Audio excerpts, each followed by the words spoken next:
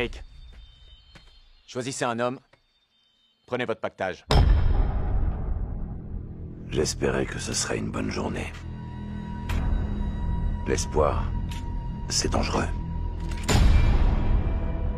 Cette semaine, le retour de la Première Guerre mondiale sur vos écrans. Après Peter Jackson et son montage d'archives, c'est au tour de Sam Mendes, réalisateur des derniers James Bond, Spectre et Skyfall, de rendre hommage à son grand-père avec un pari fou, un long plan séquence de 2 heures. Une période idéale pour traiter du combat du bien et du mal sur fond de réalité. 2 soldats anglais sur le front de la Somme doivent traverser le No Man's Land pour annuler une attaque vouée à l'échec. C'est la longue route à travers le purgatoire et l'enfer pour peut-être trouver paradis en sauvant du néant d'autres soldats condamnés. On pense au film de Spielberg, Il faut sauver le soldat Ryan, à l'absurdité de la guerre et ses collines, lignes de front à prendre à tout prix pour les perdre le lendemain.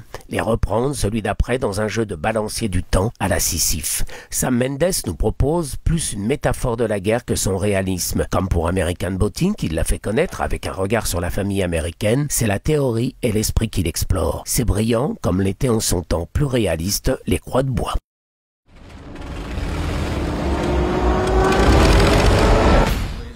Tonight, we are making him the youngest managing director in the history of our little company. Well done, kiddo. You earned it. I couldn't have done any of this.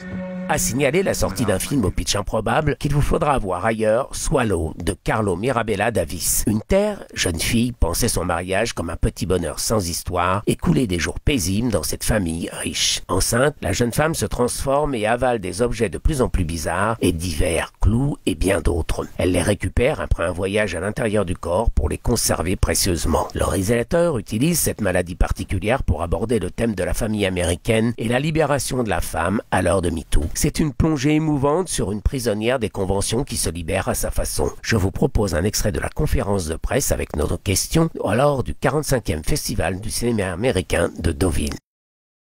Est-ce que ce n'est pas, en fin de compte, un hymne à la liberté que vous avez voulu faire à travers le regard de cette femme et justement avec aujourd'hui la question qui se pose, la liberté des femmes, c'est-à-dire d'être ce qu'elles veulent et ce qu'elles ont envie d'être. D'abord, en ce qui concerne la première question, oui, c'est vrai que je considère, nous dit-il, le film comme étant un film féministe, dans le sens où le film traite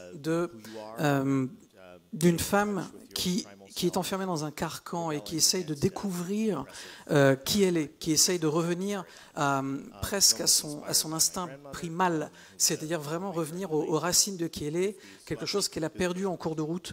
Et c'est vrai que je vois ça comme ça. Le film, comme il nous l'a dit tout à l'heure sur scène avant la projection, le scénario du film est inspiré de la vie de sa propre grand-mère, qui est quelqu'un qui est une femme qui a vécu dans les années 50, qui était une femme au foyer.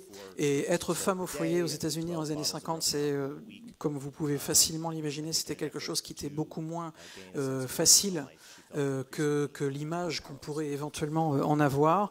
Elle était mariée, un mariage qui n'était pas un mariage heureux. Beaucoup de choses qu'on retrouve donc encore une fois dans le film.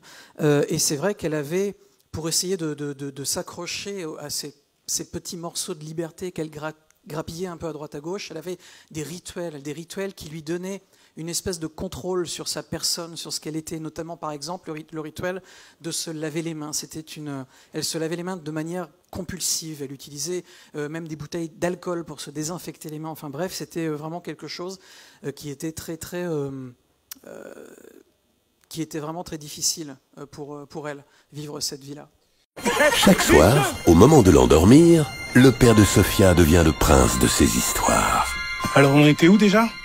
Le 22 janvier au Gaumont-Illois à 18h30 et au Palace d'Épernay à 19h30, ne manquez pas la rencontre avec Michel Hazanavicius et Bérénice Bejo pour Le Prince oublié. Nous serons là pour animer la séance du Gaumont-Illois.